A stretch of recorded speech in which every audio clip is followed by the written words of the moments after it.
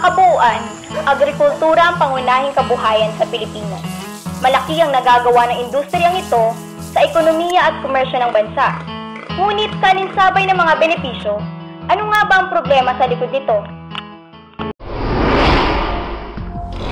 Ang mga babuyan at manukan sa mga liblib na lugar ng Batangas City ay mayroong isang karaniwang problema. Ang isyu ukol sa mga dumi ng kanilang mga alagang hayop. Karamihan sa kanila ay naghuhukay sa mga bakanteng lupa upang magsilbing tambakan ng dumi. Ang iba naman ay gumagawa ng kanal na inaabusan ng dumi patungo sa sapa at ilog. Hindi maikakaila ang masasamang epekto nito sa kalusugan, kapaligiran at sa lupang taniman.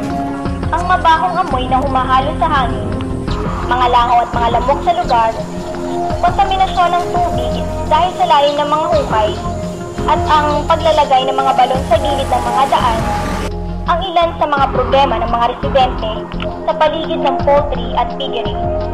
Alay kabaho nga, nakakawala nga ng gana ng pagkain. Tsaka minsan, lalong umano yung amoy pag umuulan. Kaya nakakasuka rin. Talagang dapat ay magkaroon ng solusyon yun dahil nakaka-apekto sa mga naninirahan.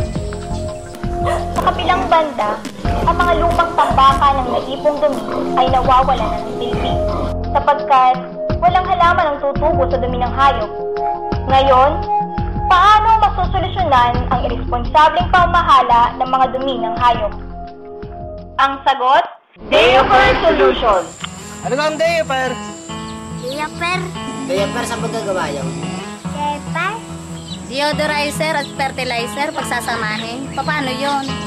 Ang Deoper Solution ay gawa sa pinagsamasamang sangkap ng balat ng saging, legumes, dahon ng malunggay, ipa, suka, at ang pinaghugasan ng bigas.